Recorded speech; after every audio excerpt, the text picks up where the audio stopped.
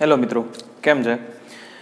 છેલ્લે આપણે રીકોમ્બિનેન્ટ ડીએનએ ટેકનોલોજીનો પરિચય લીધો હતો કે આપણે કોઈ ઈચ્છિત વસ્તુઓ બનાવવા, એટલે કે જૈવિક વસ્તુઓ, દાખલા તરીકે ઉત્સેચક છે કે અંતઃસ્ત્રાવ છે. આપણે ઇન્સ્યુલિનનું ઉદાહરણ લીધું હતું કે ઇન્સ્યુલિન બનાવવા માટે આપણે આપણો ઈચ્છિત જનીન અથવા તો ડીએનએનો ટુકડો લઈએ છીએ લેંગરાન્સના બીટા કોષમાંથી, બરોબર, અને એને કોઈ વાહક સાથે જોડીએ છીએ અને બનાવીએ છીએ રીકોમ્બિનન્ટ ડીએનએ, બરોબર, પુનઃસંયોજિત ડીએનએ. અને આ રીકોમ્બિનન્ટ ડીએનએ અથવા તો પુનઃસંયોજિત ડીએનએને આપણે નાખીએ છીએ યજમાન કોષમાં, અને યજમાન કોષ છે એ એની જાળવણી કરશે અને એની પછીની પેઢીમાં એની ડીએનએને આપશે, એટલે એનું સંયોજન કરીને અને આપણને આપણી પ્રોડક્ટ મળશે. આ આપણો પરિચય હતો, બરોબર. હવે આપણે આ આખી જે રીકોમ્બિનન્ટ ડીએનએ ટેકનિક જે છે, જેનો આપણે ગયા લેક્ચરમાં પરિચય લીધો, એમાં કઈ કઈ વસ્તુનો ઉપયોગ થવાનો છે, જે મેં ઈરાદાપૂર્વક તમને ગયા લેક્ચરમાં એક વસ્તુ નહોતી કીધી, એ જે છે કે અને જે ઉપકરણો જે આપણે આ રીકોમ્બિનન્ટ ડીએનએ ટેકનોલોજીમાં ભણવાના છે, એમાંનો સૌથી પહેલો જે છે એ છે રિસ્ટ્રિક્શન ઉત્સેચકો, બરોબર, કે જેમાં આપણે ઘણા બધા ઉપકરણોનો ઉપયોગ કરવાનો, જેમાં વાહક એક પોતે ઉપકરણ છે, વેક્ટર્સ જે આપણે પ્લાઝમિડ લેવાનું છે એ પોતે પણ એક ઉપકરણ છે, એવી રીતે રિસ્ટ્રિક્શન ઉત્સેચક પણ એક ઉપકરણ છે, ડીએનએ પોલિમરેઝ પણ એક ઉત્સેચક છે, ઉપકરણ છે. આ બધા એક ઉદાહરણ જોશું, જેમાં સૌથી પહેલું છે રિસ્ટ્રિક્શન ઉત્સેચક. હવે એન્ડોન્યુક્લિયેઝ ઉત્સેચકો છે.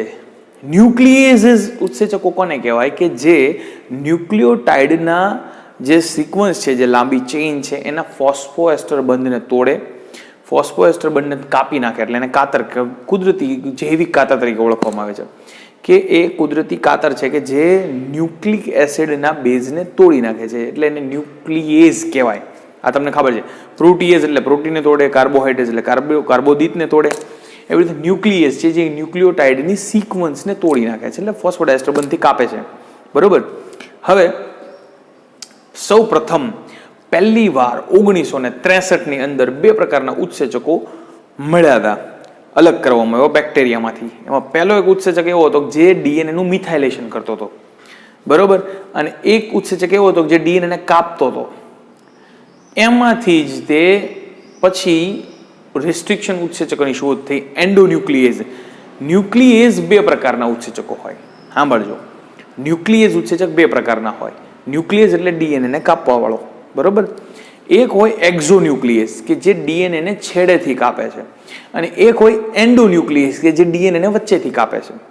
એટલે બે પ્રકારની કાતર મારે છે. એક કાં તો છેડેથી કાપે છે, છેડેથી કાપે એને કહેવાય એક્ઝો એટલે બહારની બાજુ એક્ઝોન્યુક્લિયેઝ, અને વચ્ચેથી કાપે તો એને કહેવાય એન્ડોન્યુક્લિયેઝ, બરોબર છે. એટલે બે પ્રકારના ન્યુક્લિયેઝ એન્ઝાઇમ છે, એક્ઝોન્યુક્લિયેઝ અને એન્ડોન્યુક્લિયેઝ.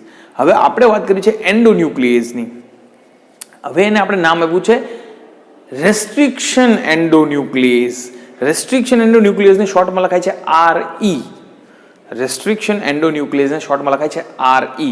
તો આ જે રેસ્ટ્રિક્શન એન્ડોન્યુક્લિયેઝ જે છે, જે વચ્ચેથી ડીએનએને કાપે છે, કેમ એને ખાલી એન્ડોન્યુક્લિયેઝ ન કહીને રેસ્ટ્રિક્શન એન્ડોન્યુક્લિયેઝ કીધું? કારણ કે આ ન્યુક્લિયેઝ એવો છે કે એ ડીએનએની જે આખી સિક્વન્સ છે, જે ડીએનએને કાપવાનો છે, એ આખી સિક્વન્સ જોશે પહેલા, અને એમાં એની પોતાની જગ્યા ફિક્સ છે. એક પોતાની જગ્યા પહેલેથી નક્કી છે કે મારે આટલી સિક્વન્સ પર જ કાપકૂપ કરવાની છે. એટલે કે રેસ્ટ્રિક્શન એન્ડોન્યુક્લિયેઝની ખાસિયત છે કે એ આખા ડીએનએમાં ગમે ત્યાં નહીં કાપે, એ પોતાના કોઈ ચોક્કસ સ્થાનને છે ત્યાં ચોક્કસ સ્થાને કાપશે. એના સિક્વન્સ, એની સંકેત નક્કી છે કે એને ત્યાંથી જ કાપવાનું છે. આવા સાઇટને કહેવાય રિકોગ્નિશન સાઇટ ઇંગ્લિશમાં, અને ગુજરાતીમાં એને કહેવાય ચોક્કસ નિશ્ચિત સંકેતો કે જ્યાંથી એને કાપવાનું છે, બરોબર. તો આ એનું કાર્ય થયું. હવે કાર્ય પહેલા આપણે જાણી લઈએ એની હિસ્ટ્રી.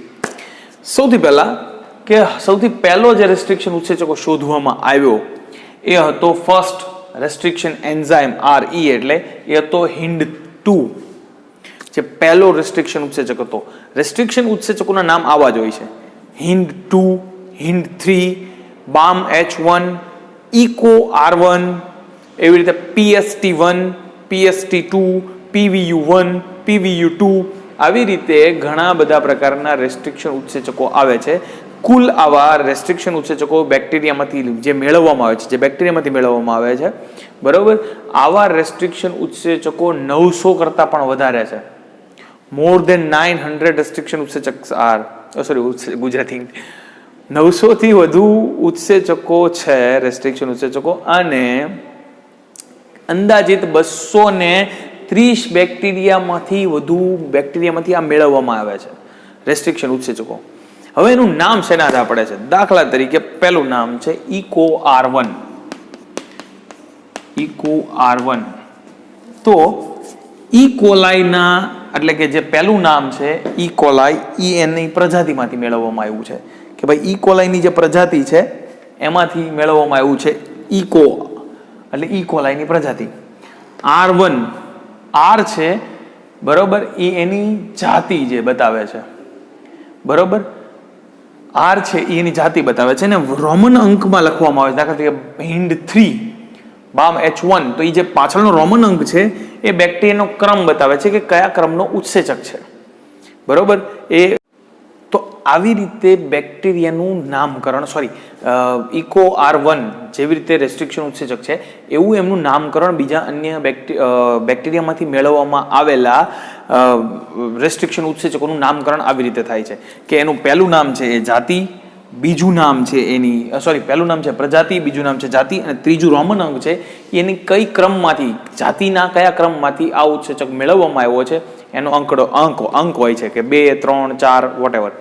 તો આ છે રેસ્ટ્રિક્શન ઉત્સેચકો, એન્ડોન્યુક્લિયેઝ પ્રકારના રેસ્ટ્રિક્શન ઉત્સેચકો, જે ઘણા બધા પ્રકારના હોય છે. મેં તમને અગાઉ કીધું કે રેસ્ટ્રિક્શન ઉત્સેચક છે એ કોઈ ચોક્કસ સ્થાને કાપ મૂકે છે કે એનું સંકેત નક્કી હોય છે. એ પહેલા આખું ડીએનએ ની સિક્વન્સ જોશે અને એમાં કોઈ એક સ્પેસિફિક કોઈ ચોક્કસ સ્થાનેથી જ કાપણી કરે છે. આ ચોક્કસ સ્થાનને કહેવામાં આવે છે પેલિન્ડ્રોમિક સિક્વન્સ, કે જ્યાંથી આ બેક્ટેરિયા જે છે, જ્યાં આ ઉત્સેચકો છે એ જ્યાંથી કાપ મૂકે એને કહેવાય પેલિન્ડ્રોમિક સંકેતો અથવા પેલિન્ડ્રોમિક સિક્વન્સ.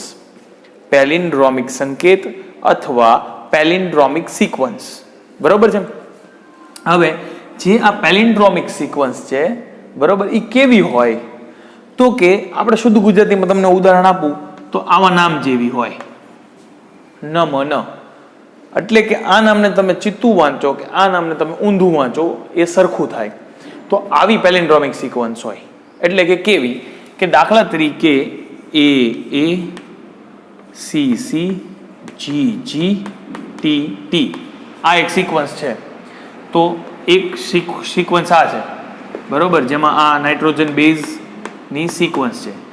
એની સામે બીજી સિક્વન્સ છે એ કેવી હશે? તો કે A C G T. તો હવે આ સિક્વન્સ દાખલા તરીકે 5 પ્રાઇમ થી 3 પ્રાઇમ છે આમ, અને આ છે 5 પ્રાઇમ થી 3 પ્રાઇમ આમ. તો આને 5 પ્રાઇમ થી 3 પ્રાઇમ તમે વાંચો તો A C G T, અને એ જ વસ્તુને અહીંયા 5 પ્રાઇમ થી 3 પ્રાઇમ ઊંધું વાંચો તો A C G T. આવી સિક્વન્સને કહેવાય પેલિન્ડ્રોમિક સિક્વન્સ. ફરીવાર બોલું છું, જે સિક્વન્સને ચિત્તી કે ઊંધી વાંચવો તો એ સિક્વન્સ એક સરખી થાય, આવી સિક્વન્સને કહેવાય પેલિન્ડ્રોમિક સિક્વન્સ. ક્લિયર બધાને? તો પેલિન્ડ્રોમિક સિક્વન્સ એટલે ખ્યાલ આવી ગયો શું છે પેલિન્ડ્રોમિક સિક્વન્સ? કે જે સિક્વન્સને ચિત્તી કે ઊંધી વાંચવાથી એ સિક્વન્સ એવી ને એવી વંચાય એને કહેવાય પેલિન્ડ્રોમિક સિક્વન્સ. દાખલા તરીકે ન, બરોબર. હવે ડીએનએ શૃંખલા વાળું છે એટલે આ બાજુની સિક્વન્સ અને આમથી ઊંધી આવો તો આમ સિક્વન્સ બે સરખી થવી જોઈએ, એને કહેવાય પેલિન્ડ્રોમિક સિક્વન્સ. તો ઉત્સેચક છે જે રેસ્ટ્રિક્શન ઉત્સેચક એ જે તમારા ડિઝાયર ડીએનએ એટલે કે તમારું ઈચ્છિત ડીએનએ છે એ ઈચ્છિત ડીએનએ ને કાપે છે એ ક્યાં કાપશે? પેલિન્ડ્રોમિક સિક્વન્સે, બરોબર છે. પેલિન્ડ્રોમિક સિક્વન્સથી એ કાપો મૂકશે. હવે જ્યારે એ કટ કરશે ડીએનએ ને ત્યારે એ ડીએનએ કંઈક અલગ રીતે કટ થશે. દાખલા તરીકે આ ડીએનએ ની શૃંખલા છે, બરોબર છે. હવે આ ડીએનએ ની શૃંખલા છે એ કેવી રીતે કટ થાય? દાખલા તરીકે વચ્ચેથી કાપણી કરવામાં આવશે તો એ જે કટ થયેલું ડીએનએ છે કંઈક આવું દેખાશે. આ એક ટુકડો અને બીજો ટુકડો છે એ આવો દેખાશે. તો એના બે ટુકડા થશે, એક ટુકડો આવો બનશે, એક ટુકડો આવો બનશે. આ પ્રકારના બંને ટુકડાને ચીપકુ છેડા કહેવાય. આ બે છેડા બનશે કપાણા પછી, એને કહેવાય ચીપકુ છેડા. બરોબર? કેમ એને ચીપકુ છેડા કીધા? તો કે ભવિષ્યમાં જ્યારે ઈ ડીએનએ તમારે વાહક સાથે જોડવાનું હોય ત્યારે વાહક સાથે એ સરળતાથી જોડાઈ જાય. બરોબર? જો આવી રીતનો છેડો હોય તો એને ચીપકુ છેડો કહેવાય. હવે એ બે પ્રકારના છેડા બનાવે. ઘણી વાર આ ચીપકુ છેડા નથી બનતા, બુઠ્ઠા છેડા બને. તો એની બધી સિક્વન્સ અહીંયા પૂરી થઈ જતી હોય આવી રીતે. આટલું જુઓ તો આ બુઠ્ઠો છેડો થયો, પણ આવી રીતે હોય લાંબુ તો આ થઈ ગયો ચીપકુ છેડો. Clear? Generally endonuclease restriction endonuclease છે એ ચીપકુ છેડા બનાવે. કેમ ચીપકુ છેડા બનાવે છે? તો કે એ સરળતાથી બીજા ડીએનએ સાથે જોડાઈ શકે, લિગેઝ ઉત્સેચક થી સરળતાથી જોડાઈ જાય, એટલે એ ચીપકુ છેડા બનાવે છે. બરોબર? ક્લિયર બધાને? તો ચીપકુ છેડા અને બુઠ્ઠા છેડા. ફરી વાર યાદ કરી દઉં, રેસ્ટ્રિક્શન એન્ડોન્યુક્લિયસ છે એની ચોક્કસ સ્થાન છે, એ ચોક્કસ સ્થાનને કહેવાય પેલિન્ડ્રોમિક સિક્વન્સ. પેલિન્ડ્રોમિક સિક્વન્સ કોને કહેવાય? તો કે પેલિન્ડ્રોમિક સિક્વન્સ એટલે કે તમે એને ચત્તી વાંચો કે એને ઊંધી વાંચો, બે સરખી હોય તો એને પેલિન્ડ્રોમિક સિક્વન્સ કહેવાય.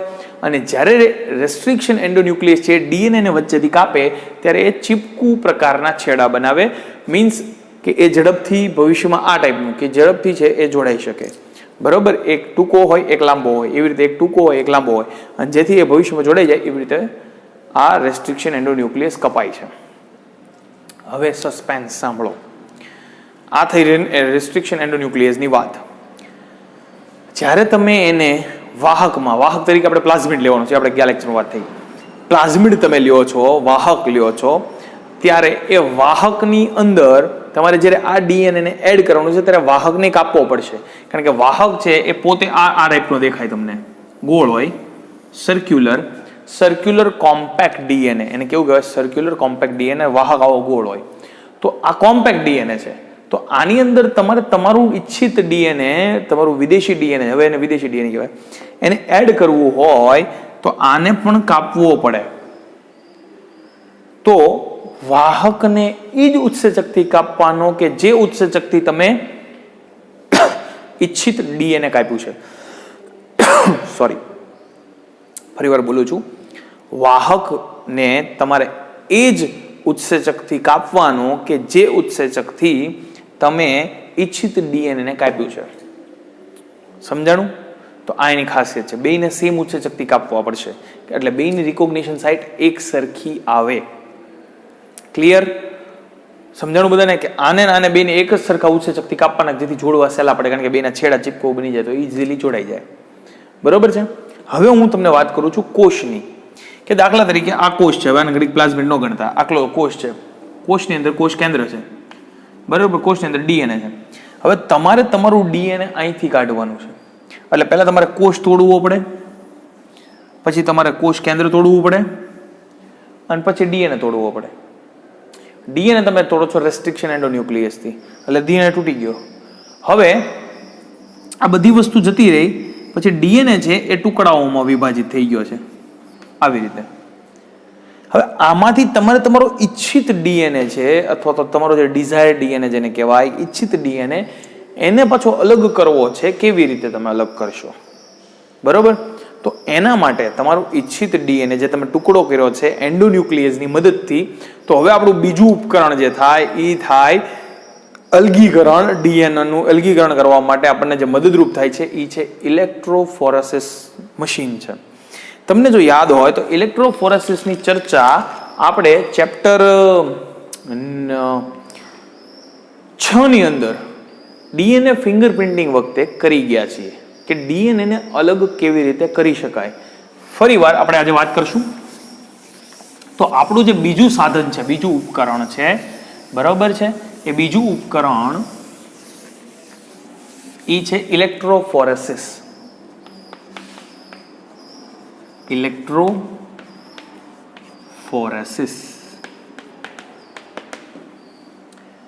ઇલેક્ટ્રોફોરેસિસ એ બીજું ઉપકરણ છે. હવે ઇલેક્ટ્રોફોરેસિસની અંદર તમારે શું કરવાનું છે? તો કે તમારે તમારું ડીએનએ ઉમેરવાનું છે. મેં તમને ડાયાગ્રામ સાથે તમને ઇલેક્ટ્રોફોરેસિસ સમજાવેલું છે. છતાં ફરીવાર અત્યારે બતાવી દઉં છું.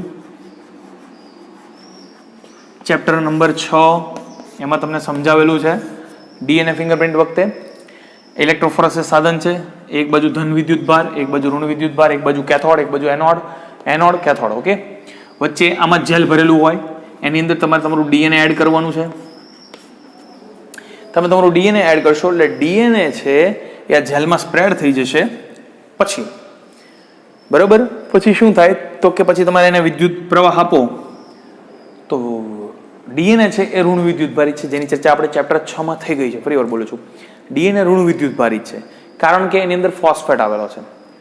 તો આ ઋણ વિદ્યુત ભારિત ડીએનએ છે એને જ્યારે તમે વિદ્યુત પ્રવાહ આપો છો ત્યારે ધન વિદ્યુત તરફ ગતિ કરશે. આવા પટ્ટા મળશે તમને. આવી રીતે તમને અલગ અલગ બેન્ડ મળે. બરોબર છે, ડીએનએ ના બેન્ડ મળે અલગ અલગ. હવે જેમ જેમ ડીએનએ નું વજન એટલે કે મોલેક્યુલર વેઇટ, ડીએનએ નો અણુભાર એ વધારે હશે, એ અણુ છે એ ઝડપથી પ્રવાહિત ન થાય ધન વિદ્યુત ભાર તરફ, કારણ કે ભારે છે. તો જે હળવો હોય ઝડપથી હાલે, ઝડપથી મૂવ થાય. જે હળવો છે એ મોડો મૂવ થાય, સોરી ભારે છે મોડો મૂવ થાય, હળવો છે ઝડપથી મૂવ થઈ જાય. ટૂંકમાં ભારે માણાને ધક્કો મારવો વાર લાગે, હળવો માણા ઝડપથી ધક્કો મરાઈ જાય. બરોબર, તો એવી રીતે તમે જ્યારે આને નાનો ડીએનએ ટુકડો હશે તો ઝડપથી ધન વિદ્યુત ભાર તરફ જતો હશે. બરોબર, એટલે આ જ્યારે ધન વિદ્યુત ભાર તરફ જાય, દાખલા તરીકે આ તમારો ટુકડો છે આ, બરોબર, એ અલગ થઈ ગયો છે, તમે આ વિદ્યુત પ્રવાહ બંધ કરી દો છો. બરોબર, હવે મુદ્દો એ છે કે તમારે આ જે ડીએનએ નો ટુકડો છે એ તમને દેખાશે નહીં નરી આંખે. આ ડીએનએ નો ટુકડો તમને નરી આંખે સ્પષ્ટ જોવા નહીં મળે. ડીએનએ જેલમાં છે એટલે પહેલું કે તમારે એને અભિરંજિત કરવું પડશે ઇથિલિયમ બ્રોમાઇડથી. ઇથિલિયમ બ્રોમાઇડ તમે જેલમાં નાખશો એટલે ડીએનએ સાથે જોડાઈ જશે અને ઇથિલિયમ બ્રોમાઇડ અભિરંજક છે જે ડીએનએ અભિરંજિત કરશે, પણ તોય તમને ડીએનએ નહીં દેખાય. નોર્મલ વિકિરણોમાં તમારે આની ઉપર યુવી વિકિરણો નાખવા પડશે, અલ્ટ્રાવાયોલેટ રેઝ. જ્યારે તમે આની ઉપર અલ્ટ્રાવાયોલેટ રેઝ નાખો ત્યારે એ આછા ગુલાબી કે ઘાટા ગુલાબી રંગના પટ્ટા જોવા મળશે. બરોબર, વાયોલેટ જેવા થોડા થોડા લાગે, હવે કલર મેટર કરતો વોટ એવર, બટ તમને એમાં પટ્ટા જોવા મળશે ડીએનએ ના. હવે તમને ખ્યાલ આવી ગયો કે આ ડીએનએ નો પટ્ટો છે, તો આ ડીએનએ તમારું છે એના અણુભારને આધારે તો જેલને આટલામાંથી કાઢી જેલ સાથે આ ડીએનએ ના ટુકડાને અલગ કરી લેવાનો. જેલથી આ અલગ આવી ગયું. બરોબર, હવે તમારે જેલને આ ડીએનએ જેલની સાથે ડીએનએ છે તો એ જેલની સાથે જે ડીએનએ છે એને જેલને અલગ કરવાનું, એટલે તમને જે ડીએનએ મળશે એ તમારું ઈચ્છિત ડીએનએ, જે પ્રોડક્ટ તમારે બનાવવી છે એ ડીએનએ તમને અલગ મળ્યું. ખ્યાલ આવે છે? તમને આ જે ડીએનએ મળ્યો એ ડીએનએ તમને અલગ મળ્યો છે જે તમારે ઈચ્છિત ડીએનએ હતો. એટલે પહેલા તમે કોષને તોડ્યો. જો આ આખી પ્રક્રિયા ફરીવાર મેથડમાં આવશે, પણ એ વખતે હું આટલો બધો ડીપમાં નહીં જાઉં આ ચેપ્ટરમાં આગળ. તો સૌથી પહેલા તમે કોષને તોડ્યો. બરોબર, કોષ તોડ્યા પછી કોષ કેન્દ્ર પટલ તોડ્યું. બરોબર, પછી ડીએનએ તોડ્યું રેસ્ટ્રિક્શન એન્ડોન્યુક્લિયસ ઉત્સેચકની મદદથી. રેસ્ટ્રિક્શન એન્ડોન્યુક્લિયસ સ્પેસિફિક સાઇટ ઉપર તોડે, અને સ્પેસિફિક સાઇટ ઉપર તોડી નાખ્યું એટલે ડીએનએ ટુકડા થઈ ગયા. આ ડીએનએ ના ટુકડા થયા, એને તમારે અલગ કરવા હતા એટલે તમે બીજું સાધન વાપર્યું, ઇલેક્ટ્રોફોરેસિસ. ઇલેક્ટ્રોફોરેસિસની સાધનની મદદથી તમે આ કટકા કરેલા ડીએનએ તમારું જે ઈચ્છિત ડીએનએ છે એને પહેલા અલગ કર્યું. બરોબર, ઇલેક્ટ્રોફોરેસિસમાં અલગ કર્યા પછી તમે એને અભિરંજિત કર્યું ઇથિલિયમ બ્રોમાઇડથી. અભિરંજિત કર્યા પછી આની ઉપર યુવી વિકિરણો નાખ્યા એટલે તમને દેખાણું કે આર યુ નરી આંખે નહીં દેખાય. અને દેખાઈ ગયું પછી પાછું તમે જેલથી એને અલગ કરી લીધું. બરોબર, એટલે હવે પછી તમે જેલ અને તમારા ડીએનએ અલગ પાડ્યું, એટલે હવે તમારી પાસે જે ડીએનએ છે એ થયો તમારો ઈચ્છિત ડીએનએ. ક્લિયર? હવેની તમારી મેથડ શું છે કે તમારે આ ઈચ્છિત ડીએનએ કોની સાથે અટેચ કરવાનો છે? રિકોમ્બિનન્ટ ડીએનએ બનાવવા માટે વાહક સાથે. પછી તમે એને યજમાનમાં નાખજો, પણ પહેલા તમારે વાહક સાથે અટેચ કરવાનો છે. એટલે ત્રીજું ઉપકરણ આપણું થયું વાહક. એટલે હવે આ ડીએનએ આપણને મળી ગયું છે, એને ઘડીક સાઈડમાં મૂકીએ અને આપણે વાર્તા શરૂ કરવી છે વાહકની. બરોબર, તો વાહક વિશે થોડીક લાંબી વાત છે એટલે હું આ લેક્ચરમાં નથી કરતો, આની પછીના લેક્ચરમાં કરીશ. તો હવે આપણે ચર્ચા કરીશું વાહક શું છે. પ્લાઝમિડ છે, તમને ખબર છે કે પ્લાઝમિડ છે એ વાહક તરીકે કામ કરવાનો છે. તો પ્લાઝમિડની જે કાંઈ ચર્ચા છે એ આપણે નેક્સ્ટ લેક્ચરથી કરશું. આજ પૂરતું એટલું રાખું છું. બરોબર છે? બાય.